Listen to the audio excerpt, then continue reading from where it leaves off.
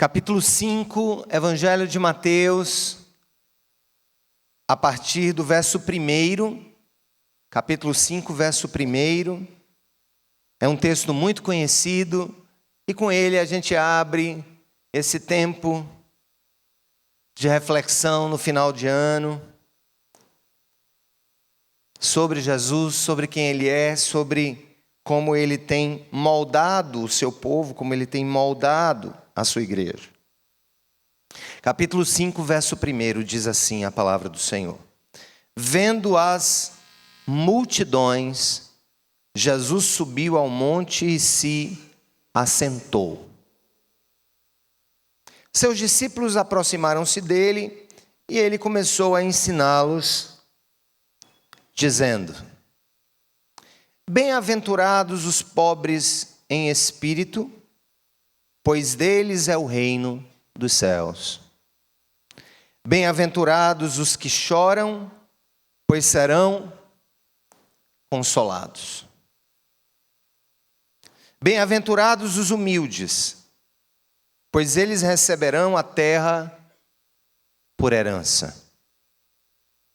Bem-aventurados os que têm fome e sede de justiça, pois serão satisfeitos. Bem-aventurados os misericordiosos, pois obterão misericórdia. Bem-aventurados os puros de coração, pois verão a Deus. Bem-aventurados os pacificadores, pois serão chamados filhos de Deus. Bem-aventurados os perseguidos por causa da justiça, pois deles é o reino dos céus. Bem-aventurados serão vocês quando por minha causa os insultarem, os perseguirem e levantarem todo tipo de calúnia contra vocês.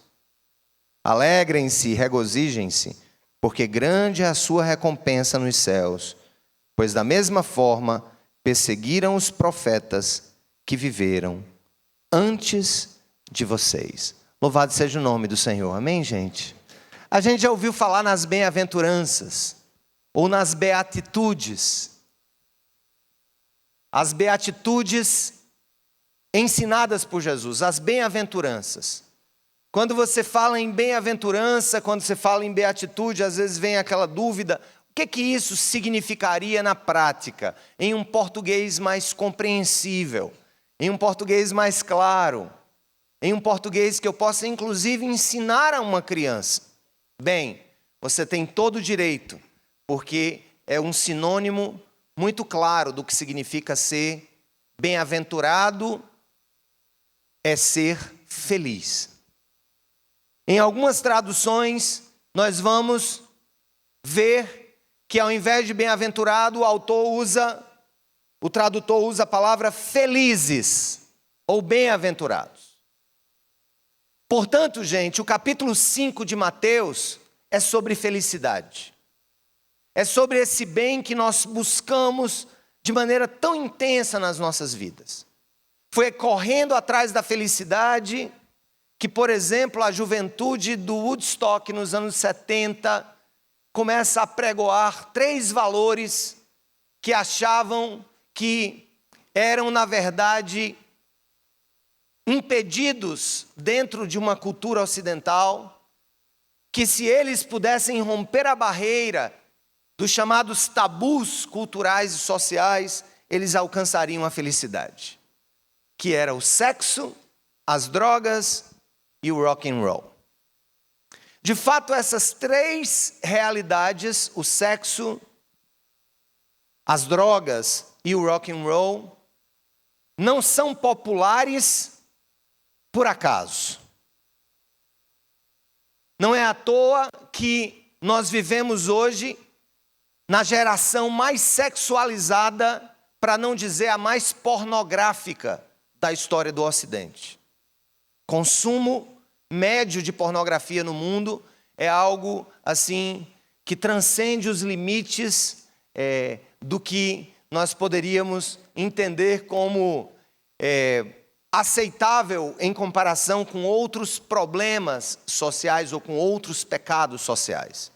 Mas a pornografia, por exemplo, que é a ilusão do sexo autônomo, em que ali literalmente o outro se objetifica, se coisifica para o meu prazer pessoal, para a busca da felicidade no corpo, né? Ali eu estou e você está diante dessa geração, que é a geração mais pornográfica da história. Até pelo acesso que se tem hoje nas redes sociais. Não é à toa, por exemplo, que as drogas também são populares. As drogas são populares porque as pessoas estão buscando sensações. As drogas, elas funcionam como o trasladar. É como você sair deste eu e desse corpo tentando ser feliz em outra realidade. A droga está dizendo para você o seguinte: você não consegue ser feliz aí com você mesmo, sem que você tenha estados alterados de consciência, sem que você tenha sensações químicas, sem que você tenha sensações psíquicas novas. Então nós vivemos sim o tempo da busca desenfreada pelo prazer. É daí que vem a ideia de que vivemos em uma sociedade hedonista. O que é o hedonismo? O hedonismo é uma das marcas do tempo que nós vivemos, que é o prazer como valor máximo.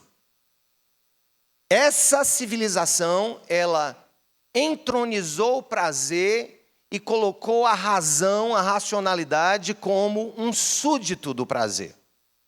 Ou como uma súdita, uma escrava do prazer.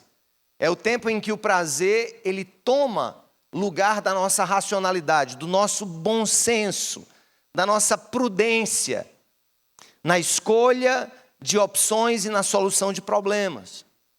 Mas isso, gente, talvez a gente tenha aqui e ali no mundo momentos, episódios em que a busca pela felicidade fora daquilo que é a nossa constituição básica de seres humanos, e eu quero falar sobre ela daqui a pouco, buscar a felicidade fora disso vem acontecendo desde sempre, desde o Éden.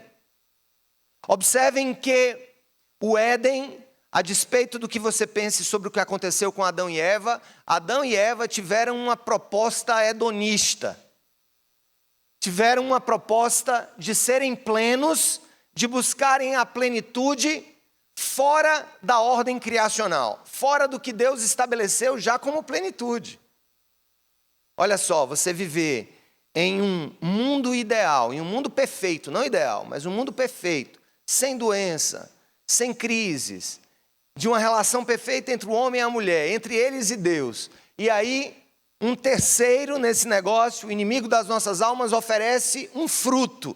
E diz que aquele fruto, ele representaria sim a real realização da felicidade e da plenitude. É aquela história, o pecado ou a tentação foi oferecer ao ser humano uma plenitude que ele já tinha. Ele já era pleno em Deus, ele já era pleno em si mesmo, ele já era pleno nos seus relacionamentos. Mas não quero entrar na questão do Éden, na questão do pecado original, eu quero me concentrar mais aqui, porque Jesus, ele vai trazer aqui, gente, uma revolução no mundo em que ele vivia, uma revolução que trouxe uma nova explicação sobre o que são os mandamentos de Deus, sobre o que eram os mandamentos de Deus.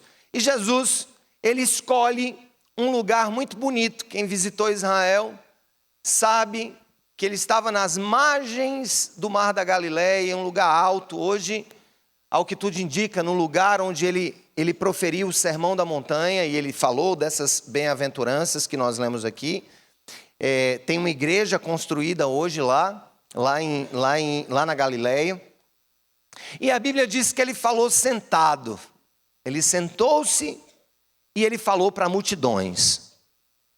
Como ele falou para multidões, há uma explicação também na própria composição do relevo do lugar. que é um relevo em forma cônica, com algumas depressões, que facilitaria a impostação da voz de Jesus, que ecoaria em razão do próprio relevo e que as pessoas ouviriam. Não foi nenhuma mágica, ele também não usou nenhuma caixa de som. O fato é que as pessoas estavam chegando para ouvi-lo. E aquelas pessoas estavam atrás de realização, de felicidade. Estavam atrás de uma vida plena. E eu sei que você está atrás de uma vida plena. Nós buscamos a plenitude. Sabe por que nós buscamos tanto ser plenos, ser totalmente felizes e realizados? Porque nós fomos feitos para isso. Nós fomos tirados da plenitude em razão do pecado. Mas a plenitude é o que nós queremos. Nós queremos ser plenos, nós não queremos morrer, nós não queremos adoecer, nós queremos estar bem com as pessoas, nós queremos viver junto daquelas pessoas que nós amamos, nós não queremos hospitais, nós não queremos ir para hospitais, nós não queremos fazer cirurgias, nós não queremos ter que passar pelo luto, nós queremos a plenitude. E essa plenitude, Jesus entende, porque Ele conhece o tamanho, a dimensão do vazio que há em nosso coração. E o quanto nós queremos preencher com algumas coisas. Alguns vão preencher ou tentar preencher de maneira ilusória com drogas, outros vão de maneira ilusória tentar preencher isso com, vícios relacionados ao próprio corpo, sabe? Outras vão tentar preencher isso aqui com ativismo, com trabalho, outras vão tentar preencher isso aqui com viagem, outros vão tentar preencher isso aqui com amantes, outros vão tentar preencher esse vazio em busca de plenitude com qualquer coisa que possa existir ao nosso redor para que a gente se sinta pleno. O problema é o seguinte, é que a plenitude nunca estará na criação, a plenitude sempre estará no Criador. A plenitude nunca estará no que Deus pode dar para nós. A plenitude estará em quem Deus é e quem nós somos para Ele. Então, gente, esse texto que eu acabei de ler para vocês, das bem-aventuranças, ele fala de duas coisas. Primeiro, ele fala do caminho para a felicidade, para a plenitude em Deus, mas ao mesmo tempo, quando nós olhamos para o texto, a gente diz assim, nossa, Deus está falando que para ser pleno eu preciso seguir essas instruções, mas ao mesmo tempo eu olho e digo assim, eu não dou conta disso. Eu não consigo. Gente, você sabe uma das razões pelas quais Jesus fez o Sermão da Montanha e falou das bem-aventuranças, e falou sobre o cisco de estar olhando no cisco no olho do outro e não estar olhando a trave, que ele falou de adultério, que ele falou de ira, que ele falou de tanta coisa, dos capítulos 5, 6 e 7 do Evangelho de Mateus, que quando você cai dentro dele, quando você vai olhar, você diz assim, nossa, não tem ser humano que consiga. O que são, então, o que é o Sermão da Montanha? O Sermão da Montanha diz duas coisas para nós. Primeiro, há um caminho para a plenitude. E o segundo, você não consegue caminhar nesse caminho. Nossa, que batida de cabeça. Duas coisas quando você for ler capítulos 5, 6 e 7 de Mateus. Saiba que Deus está dizendo que é um caminho para a felicidade, para a bem-aventurança. Mas ao mesmo tempo, pela complexidade que é esse caminho, Ele quer que eu chegue à seguinte conclusão: eu não dou conta. Eu não chego lá. Vou dar um exemplo para vocês. Não aqui, no início, mas lá no meinho, ali dos capítulos 5, 6 e 7, Jesus vai falar sobre o adultério, por exemplo. Olha só, escuta só o que é que Jesus vai dizer. Ele vai dizer assim, vocês ouviram que foi dito, não adulterarás. Ou seja, tinha sido dito lá na lei de Moisés já, né? Lá nos 10 mandamentos. Mas eu lhes digo, qualquer que olhar para uma mulher e desejá-la, já cometeu adultério com ela no seu coração. E eu vou dizer mais uma, qualquer mulher que olhar para um homem que não é o seu e desejá-lo, já cometeu adultério no seu coração.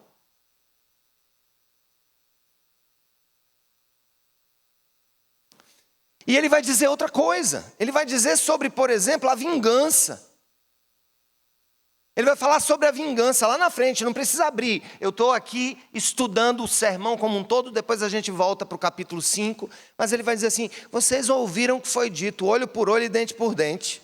Mas eu lhes digo uma coisa, não resistam ao perverso. Se alguém o ferir na face direita, ofereça-lhe também a esquerda. Aí ele vai falar de outra coisa, isso aqui é péssimo para nós. Olha que coisa ruim para nós. Ele dá o caminho da felicidade, mas ao mesmo tempo ele vai nos dizer, pela própria obviedade do requisito, que nós não temos como resolver esse problema, nós não vamos ter como alcançar essa felicidade. Olha o que ele vai dizer aqui sobre o amor aos inimigos. Vocês ouviram o que foi dito, ame o seu próximo e odeie o seu inimigo. Mas eu lhes digo, amem os seus inimigos e orem por aqueles que o perseguem.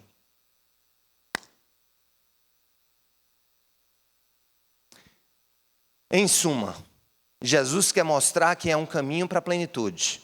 E ao mesmo tempo, quando Ele dá o caminho, Ele quer que eu olhe para mim mesmo e perceba-me como incapaz de caminhar por esse caminho. Aí você diz assim, mas pastor, qual é o objetivo de Jesus dar o caminho da felicidade e ao mesmo tempo nos humilhar quando, ao fazermos uma autoanálise a partir do que precisamos viver para encontrar a felicidade plena, nós olhamos para nós mesmos e dizemos assim, eu sou um incapaz. Por que ele faz isso? Ah, irmãos, é porque no meio daquele povo havia um conjunto de religiosos, talvez parecidos com alguns dos que estão sentados aqui, que achava que tinha cumprido todos os mandamentos de Deus, porque talvez nunca tivesse deitado fisicamente com outra mulher que não fosse a sua, ou que talvez jamais tivesse consumado um adultério, como fez Davi, por exemplo, que consumou um adultério. Aí Jesus diz assim, rapaz, vocês estão muito cheios de si. Disseram para vocês que o adúltero é aquele que deita com a mulher que não é sua ou com um homem que não é seu, né? Mas o que eu quis dizer desde a fundação do mundo é que o seu adultério começa no seu coração e não na consumação dele na cama. Muito complexo. Então, na hora que Jesus está falando isso, um olha para o outro, os religiosos olham um para o lado, para o outro, assim, nós não conseguimos dar conta disso aqui não, meu.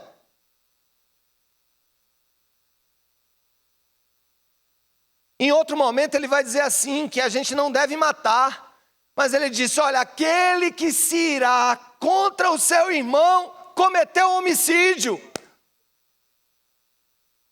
Sabe qual é o problema da gente? Nós costumamos criar uma ética pessoal, que eu chamaria de moralidade seletiva, e eu começo a me comparar, por exemplo, com quem está preso, ou eu começo a me comparar com quem está agora ali nas drogas, ou com aquele travesti que está na rua, se prostituindo à noite. E aí eu cresço, quando eu me comparo com essas pessoas, eu tenho um senso de ficar maior do que eles. Aí Jesus pega tudo aquilo que são expressões públicas dos nossos pecados e ele traz para um outro tribunal, ele traz para o tribunal interno da consciência.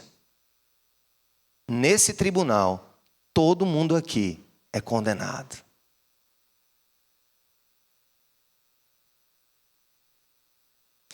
Então, pastor, qual é o sentido? Ele quer nos humilhar? Não. Ele quer dizer que há um caminho para a plenitude, número 1. Mas que, ao nos mostrar esse caminho, ele está querendo que a igreja e que o mundo saiba que não conseguirá chegar lá com as próprias pernas. Isso é o evangelho. O que é o evangelho? Aí, gente, entra uma terceira variável nessa equação. O primeiro deles é a ideia de que há um caminho de plenitude. Segundo, que eu não consigo cumprir os requisitos para ser pleno. E aí entra a terceira variável nessa história. Por isso, você vai entender a partir de hoje por que Jesus foi para a cruz. Ele foi para a cruz exatamente, não para mudar o caminho da plenitude, mas para trazer para Ele a responsabilidade de nos levar até a plenitude. Você não vai ser pleno sozinho. Você não vai ser plena sozinha. Pode encher a cara, pode transar com 10, com 15, com 20, pode comprar carro do ano, pode ter uma Ferrari na sua garagem, você pode ter o que você acha que é o sinal ou um selo de plenitude. Você pode ter os diplomas do mundo inteiro, você pode ser um bilionário, você pode ser qualquer coisa, mas Jesus está querendo dizer assim: você não será feliz, você não será pleno se você não percorrer o caminho do reino. E o caminho do reino é o caminho percorrido pelo Rei. Eu volto então para o capítulo 5 e nós vamos passar por algumas coisas. O verso 3, por exemplo, do capítulo 5, volta para o texto. Jesus vai dizer o seguinte, ele já começa agora aqui, dando na jugular de todo mundo. Ele vai dizer o seguinte, bem-aventurados, verso 3, leiam comigo. Bem-aventurados os pobres em espírito, pois deles é o reino dos céus. Ele já começa desvendando a charada. Não é à toa que é a primeira bem-aventurança. Para ser feliz, para ser pleno, para encontrar a plenitude em Deus, você precisa ser pobre em espírito. Aí o povo pega isso, especialmente quem quer analisar as bem-aventuranças na perspectiva do materialismo histórico marxista. Vocês sabem, mais ou menos a ideia de Marx é que tudo se problematiza e tudo se resolve nessa dimensão. Que salvação é um processo de emancipação sociopolítica. Que a história é a história da luta entre as classes. E aí tem muito cristão pegando esse texto e dizendo assim, você quer ter o reino de Deus? Você tem que ser pobre. O problema é que Jesus não está falando dessa pobreza material. Ele está falando, gente, de uma pobreza que ele tem certeza que ninguém dela padece. Essa pobreza que Jesus está dizendo, vocês têm que ser pobres de espírito, ele sabe que nenhum ser humano na terra padece dessa pobreza. Sabe por quê?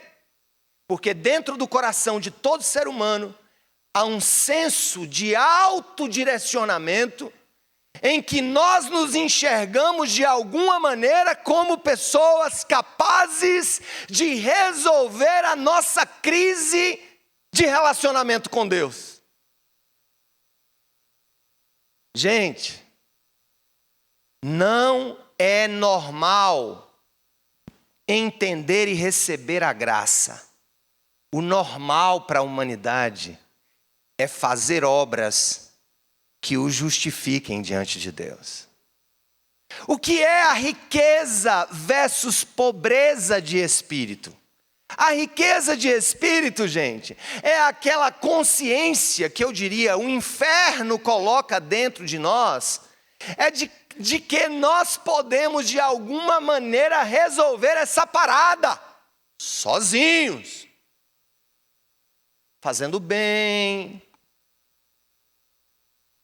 dando esmola, reconstruindo casas.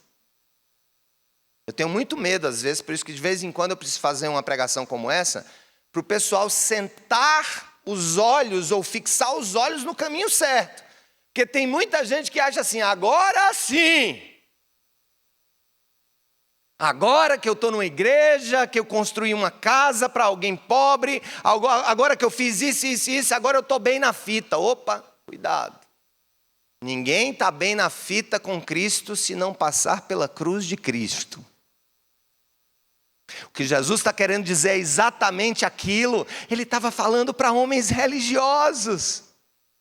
Esse discurso, quem estava ouvindo ele, gente, eram os grandes líderes do judaísmo daquele tempo também. Fariseus, saduceus, os escribas, estava todo mundo ali, se achando rico. Por que se achavam ricos espiritualmente? Porque achavam que cumpriam a lei de Deus.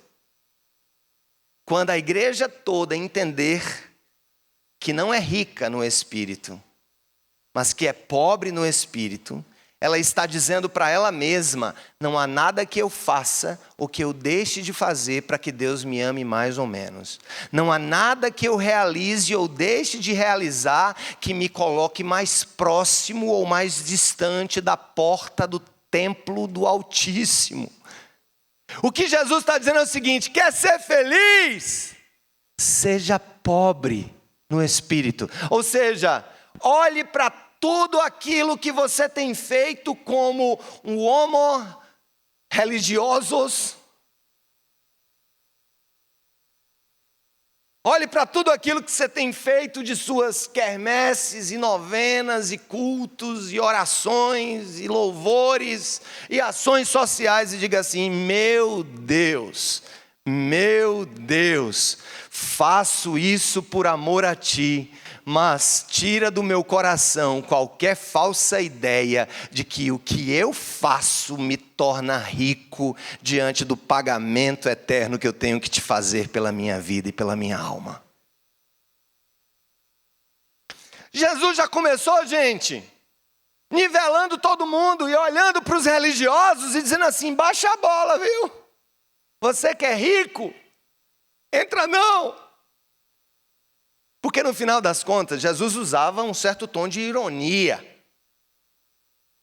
E uma ironia bem aplicada é boa para despertar certos sentimentos. Jesus está dizendo assim, bem-aventurados, felizes são os pobres de espírito. Não é que ele queira dizer que tem gente rica de espírito. Mas é para mostrar o seguinte, que os que pensam que são ricos devem olhar para a sua miséria e dizer assim, Senhor, eu sou mesmo um pobre, miserável, diante da Tua grandeza. Quer ser feliz, irmão? Não dependa de si mesmo nesse caminho da fé. Quer ser feliz, meu irmão? Quer ser feliz, minha irmã? Acorde todo dia dizendo assim, Senhor, vem e acode esse pobre pecador. Quer ser feliz, meu irmão? Quando Deus te colocar num lugar maiorzinho do que o que você está, olha para trás, olha de onde você foi tirado, olha para onde olha para o lugar de onde Deus te resgatou. Aí você diz assim, Senhor, eu não sou nada para estar aqui em cima. Mas eu sei que Tu és tudo para mim. E eu sei que Tu tens feito tudo em mim. Tudo é Teu. Tudo vem das Tuas mãos. Eu sou pobre, mas sou filho do dono do universo. Louvado seja o nome do Senhor, gente. Nós temos que pisar em cima do orgulho espiritual. Pise em cima do seu orgulho espiritual. Eu tenho o direito de fazer isso agora, pelo meu tempo no Evangelho. Tem direito de nada. A única coisa que você tem por direito, e eu também, por direito de vida, o inferno.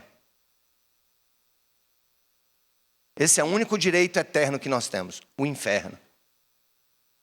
Mas Deus nos resgatou do império das trevas e nos transportou para o reino do Filho do seu amor. Louvado seja o nome do Senhor.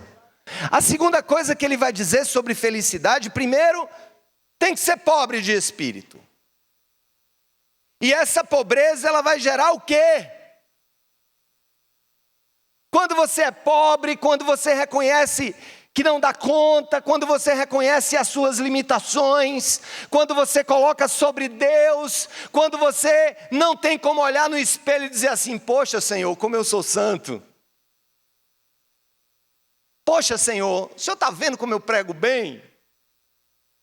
Senhor, o Senhor está vendo como eu sirvo bem no ministério, como eu oro bem? Minha oração é bonitinha, né, Senhor? É toda articuladinha, não tem nenhum erro de regência. Eu sou semanticamente perfeito no uso de cada palavra na minha oração, né, Senhor? Toda vez que você olhar para isso. E hoje eu vivi um pouco disso, né? Cansado aí desse final de semana, desses dias. E o Senhor, eu tenho mesmo que pregar amanhã. Amanheci hoje assim, meio com vontade de dizer assim: Senhor, precisando de mim, procure outro.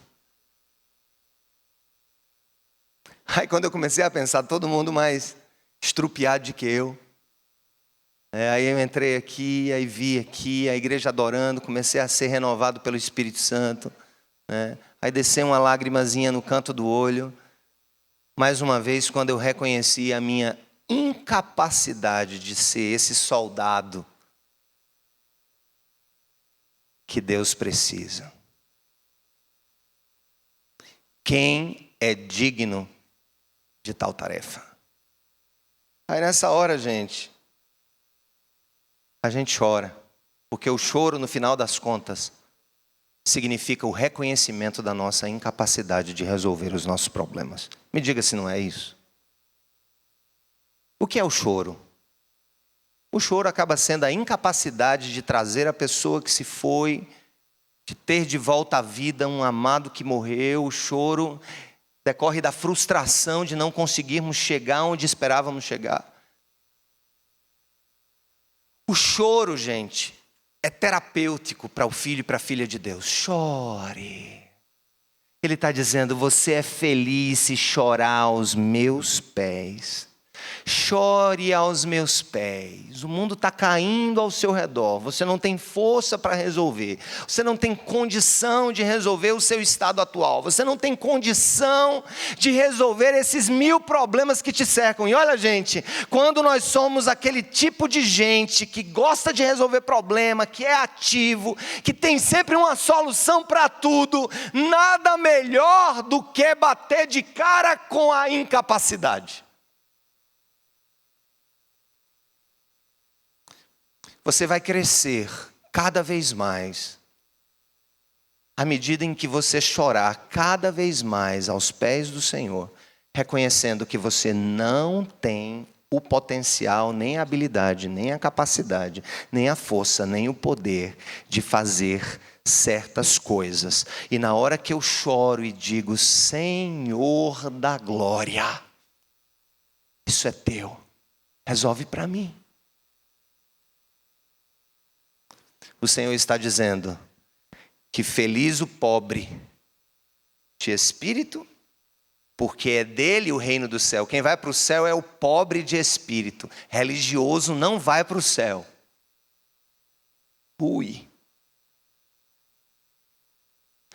Quem vai para o céu é pobre de espírito. Religioso não vai para o céu. Segundo, quem vai ser consolado é quem chorar.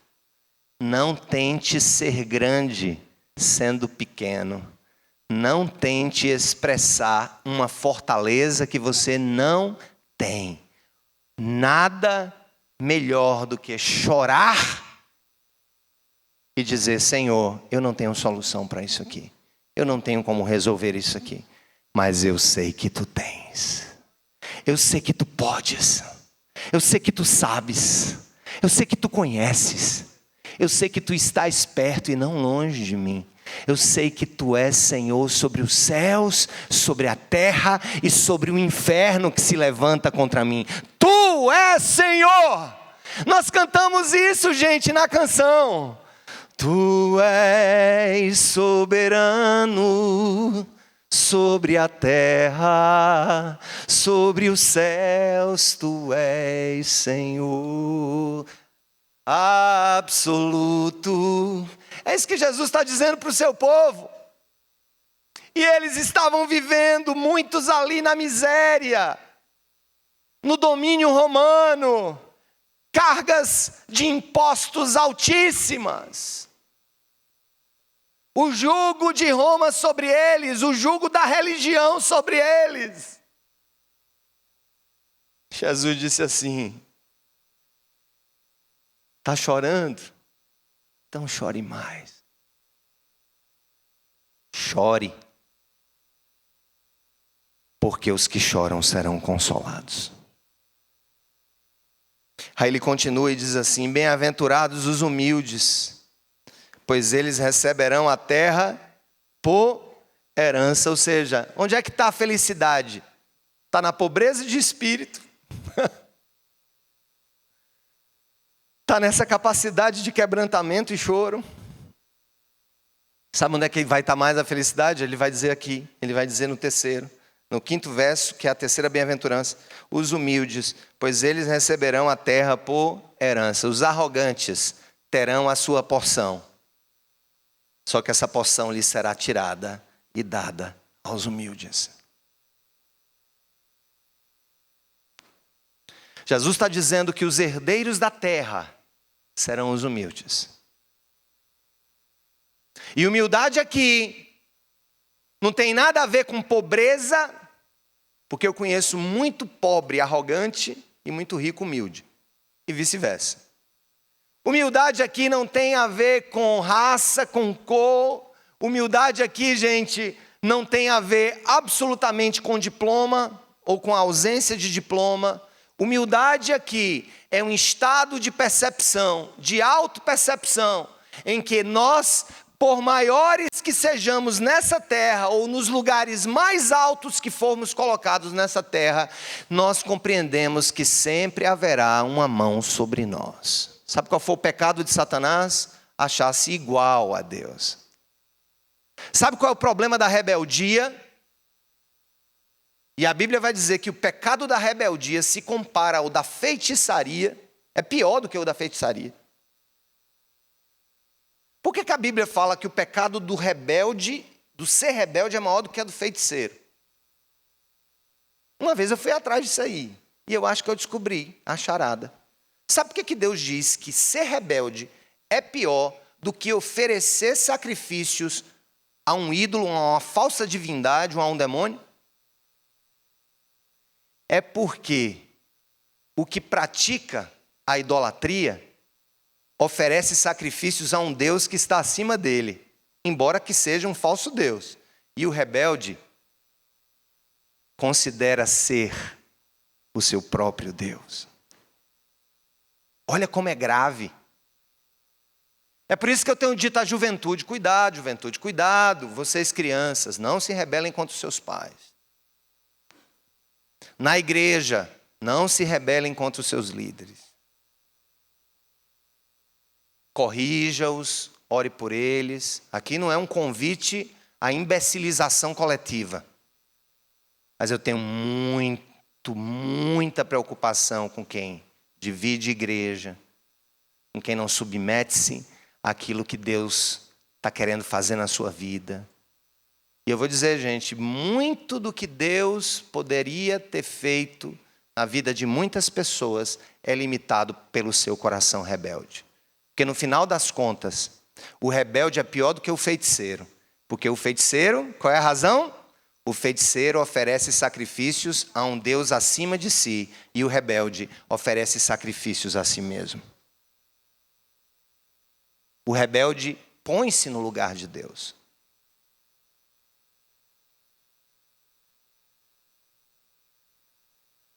Vai não! Uma geração rebelde não vai ser feliz. E nós estamos vendo os frutos que têm se colhido da rebeldia. O humilde é aquele que entende que há um Deus sobre si. E mais ainda, o humilde é alguém que, sabendo que há um Deus sobre si, não se vê maior do que os seus pares.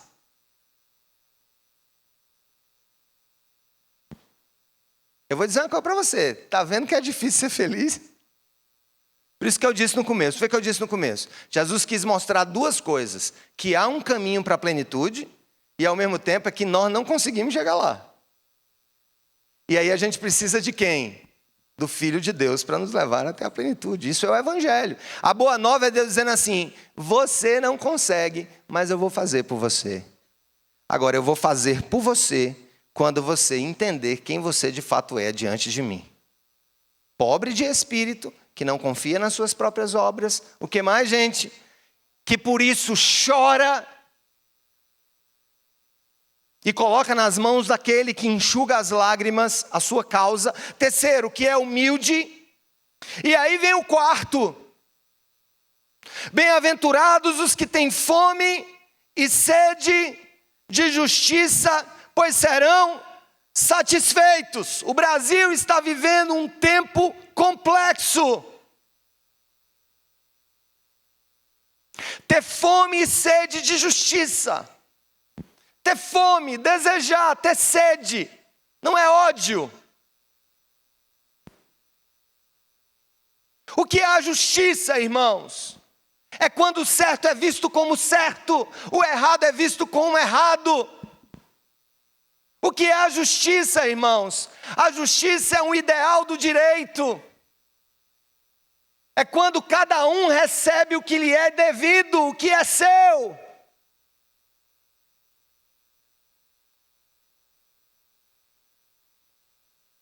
E aqui não é, gente, absolutamente nenhuma linguagem partidária ou política.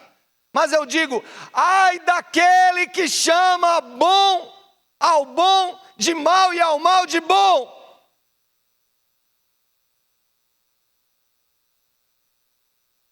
Ai daquele que diz, tem nada a ver. Isso é bobagem. É tolice. É perseguição. Eu vou dizer uma coisa para você, viu, irmãos? Nós podemos escapar da primeira, da segunda instância, podemos escapar da terceira, e podemos ser inocentados na quarta, mas de Deus ninguém escapará.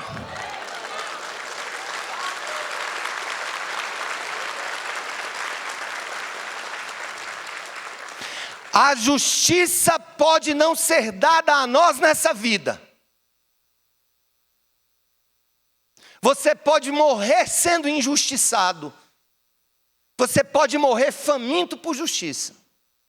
Mas a história não acaba no túmulo. A história é muito maior do que um corpo em putrefação com 70, 80, 90 ou 100 anos de idade. A vida para Deus não acaba no túmulo. A vida para Deus tem perspectivas eternas. Ou de eterna salvação, ou de eterna condenação. E Jesus está dizendo, bem-aventurado e feliz quem tem fome e sede do que é certo. Pronto, é isso que ele quer dizer.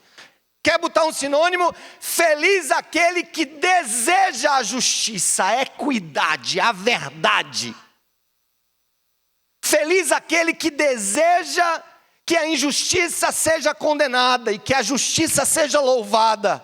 Feliz aquele que deseja a completa redistribuição daquilo que foi tirado de um ou de outro.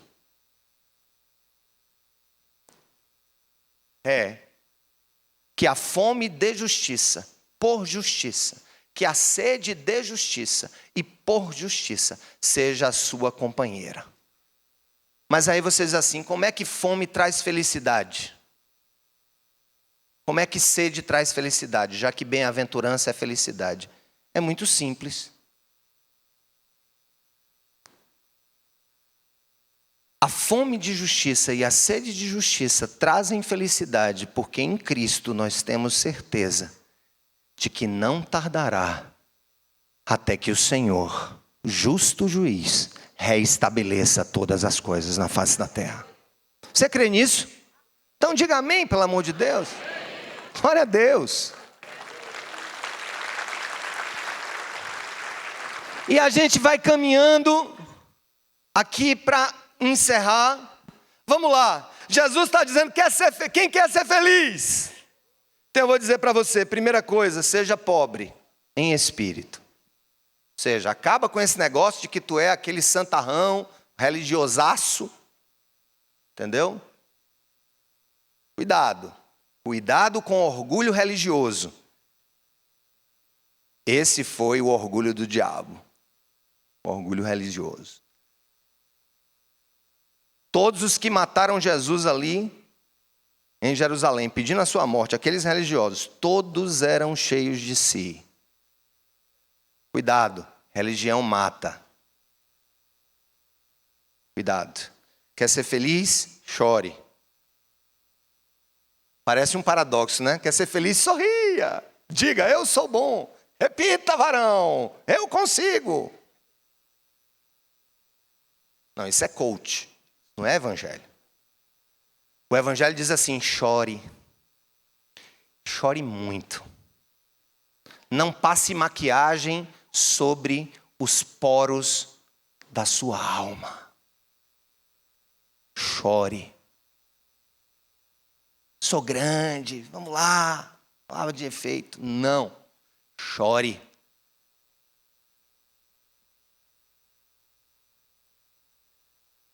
É 1000 vezes melhor o choro sincero do que as gargalhadas falsas.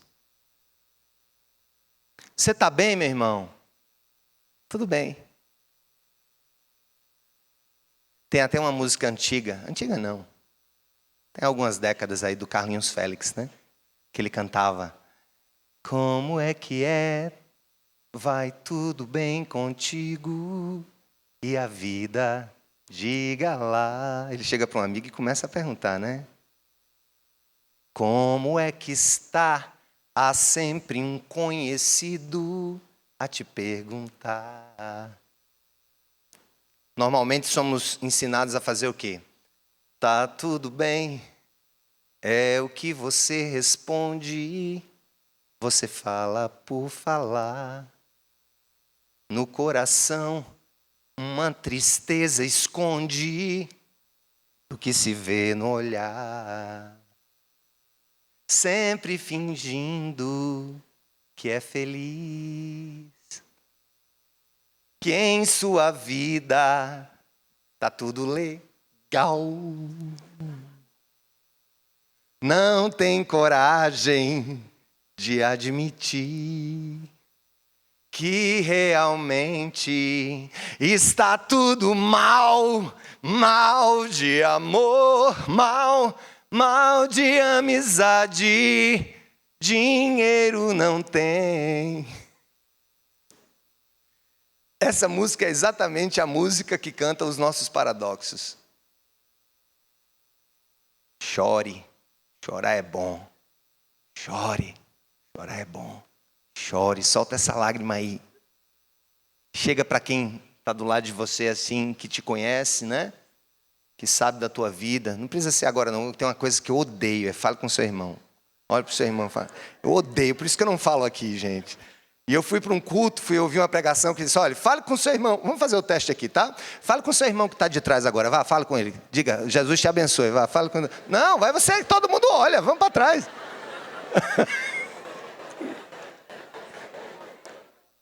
Eu disse, fala com seu irmão que está de trás, ninguém vê ninguém, meu amigo.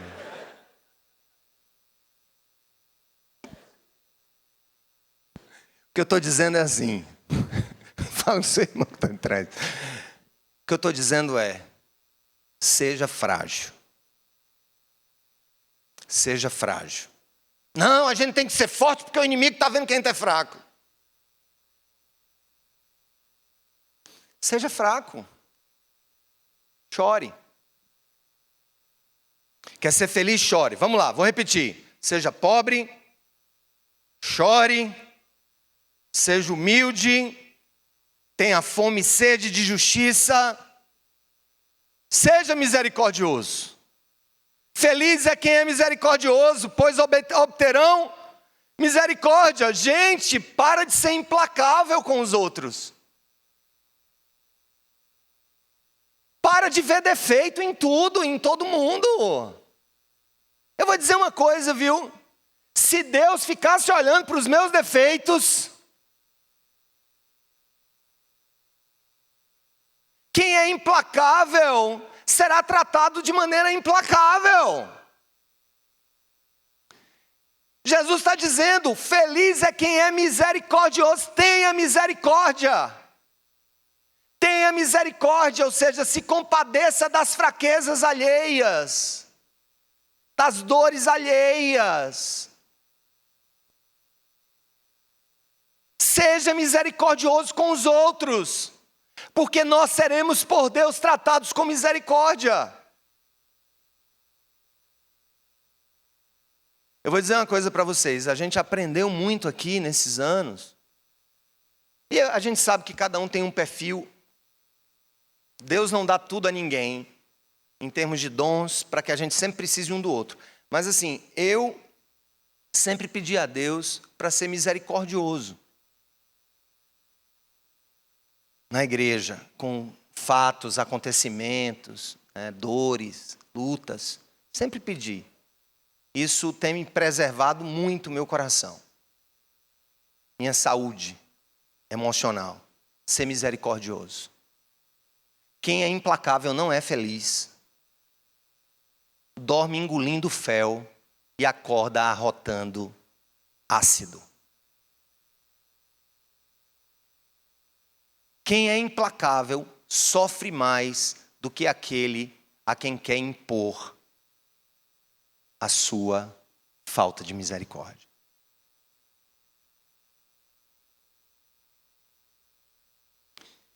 Irmãos, a felicidade está no perdão. A felicidade está no perdão.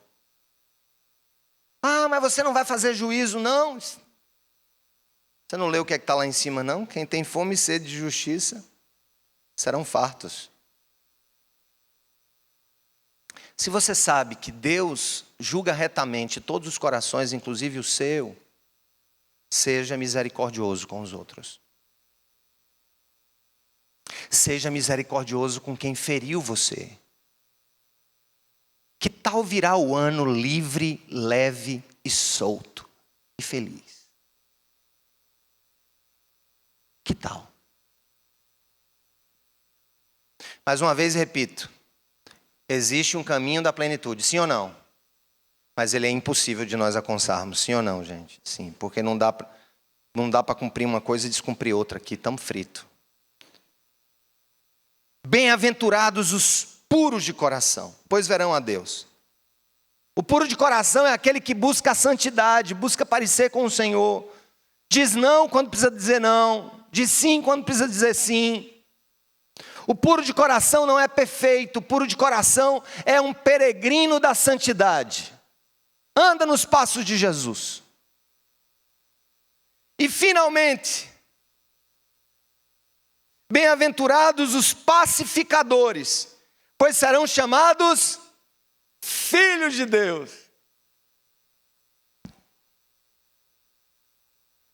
Eu vou dizer o versículo contrário. Mal-aventurados os briguentos, porque serão chamados de filho do cão. Pronto. Vamos lá, fazer o contraponto?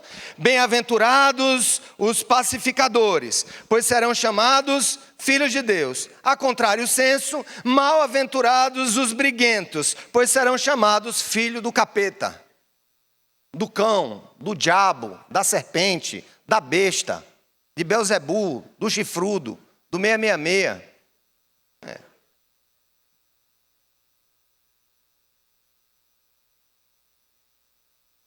Irmãos, eu vou dizer uma coisa para vocês. Eu não acredito no cristianismo daqueles que são haters, odiadores. Não acredito no cristianismo de quem vive na rede social arranjando confusão com os outros. E pior ainda, se for no nome de Deus, É que esse caba tá lascado. Os entendedores entendam.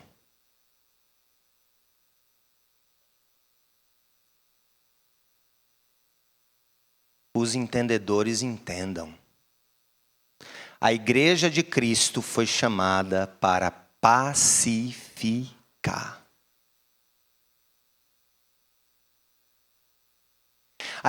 Gente, você não encontra uma briga minha de Facebook. Porque eu simplesmente não me deixo brigar. Quer falar mal de mim? Eu faço duas coisas. Ou engulo ou eu deleto. Ou eu respondo compassivamente. Você, nós, igreja de Cristo, todos nós, e eu falo o que eu estou falando em qualquer lugar do mundo, no Planalto, na ONU ou aqui, ou numa roda em um restaurante. A igreja de Cristo não ganhará as lutas espirituais pela força ou com o achincalhe.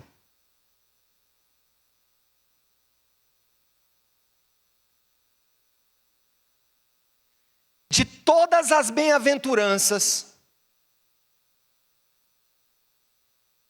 que nós lemos até agora, observem a lógica da bem-aventurança. Você é feliz se for pobre de espírito. Você será feliz se chorar.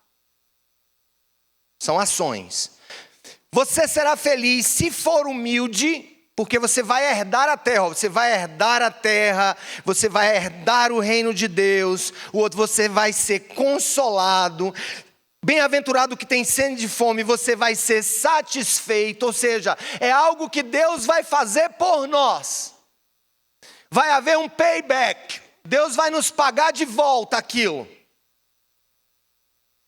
Bem-aventurado misericordioso, você vai também alcançar a misericórdia.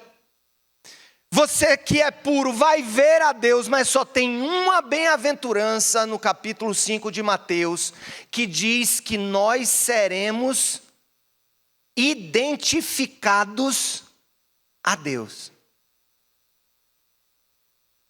Que nós vamos ter a identidade de Deus. Bem-aventurados os pacificadores, porque serão chamados filhos de Deus. Não é algo que eu vou ganhar, não é a lágrima que vai ser enxugada, não é a herança da terra que eu terei. Aqui ele está dizendo o seguinte: quem pacifica assemelha-se a Deus, irmãos. Mas por quê? Qual é a razão por trás disso? É porque o evangelho é uma história de pacificação. O que Jesus fez na cruz foi pacificar a humanidade com o Criador. O que Jesus veio fazer, e a Bíblia diz, o castigo que nos trouxe a paz estava sobre ele. Irmãos, a igreja foi colocada na terra para promover pacificação em todos os âmbitos. Mas pastor, isso quer dizer que a igreja quer promover pacificação e não quer que os bandidos vão para a cadeia? Não, eu quero tudo isso. Mas a tarefa de botar bandido na cadeia não é da igreja, é do Estado. Deus deu a tarefa ao Estado de promoção da paz social. E Deus deu à igreja a tarefa de promover a paz cósmica entre Deus e a humanidade, entre a humanidade e os seus iguais. Irmãos, eu vou dizer uma coisa para você: como nós precisamos de pacificadores. Como nós precisamos de gente que chegue no meio de uma confusão e tente encontrar caminho. Pacificador nem sempre consegue estabelecer a paz. Mas aqui, a sua felicidade não estará na conquista, estará na busca pela paz que te identifica com Deus. É buscar a paz. É buscar a convergência, é acalmar os ânimos, é jogar água e não querosene, meu irmão. Você está agindo em nome de Deus como um incendiário. Não entre nessa onda, seu tonto. Você está usando o nome de Deus para tocar fogo em reputações. Você está usando o nome de Deus para difundir fake news.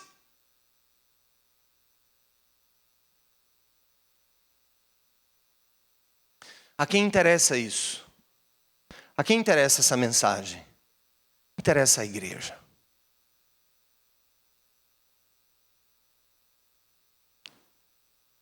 Nunca interessará aos partidos, mas interessa à igreja.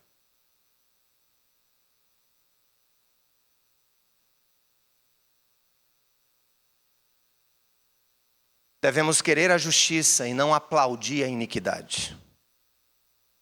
Devemos querer a paz e não fomentar a guerra. Como igreja. Como igreja. O Estado tem a espada da justiça. E a igreja tem a espada da vida.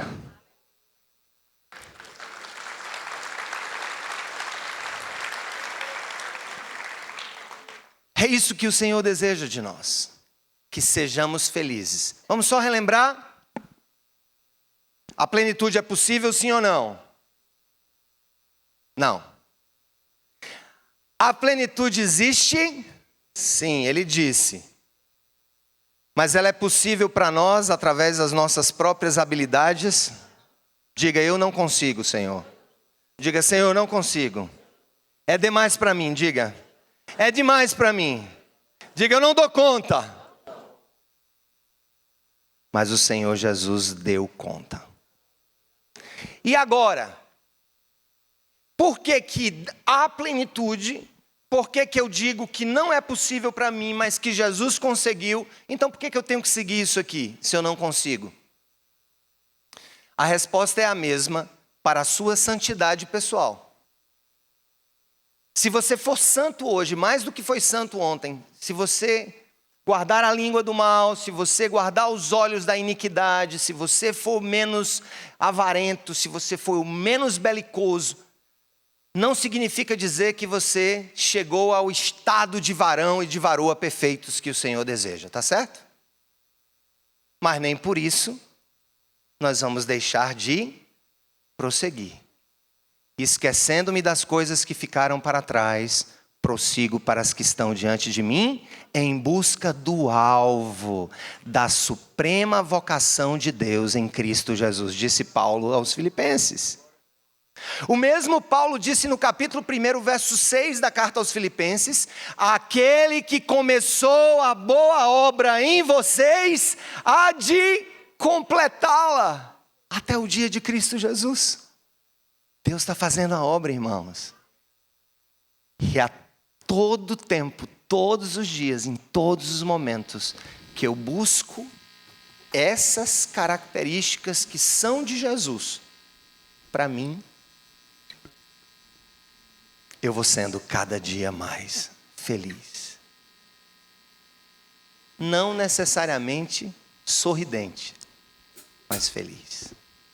Não necessariamente equilibrado nas minhas emoções, mas feliz, porque eu sei que nenhum esforço da igreja por amor a Cristo e por amor ao mundo serão em vão. Segue. Prossegue. Não para. Não desista. Tente de novo. Levante-se. Refaça-se. Continue. Ore mais. Chore mais.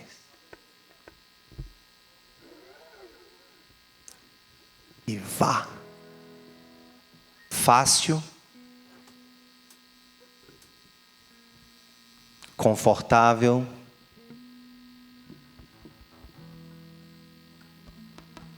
Possível. Cristo, sim. Por Cristo, sim. Para Cristo, sim. Siga.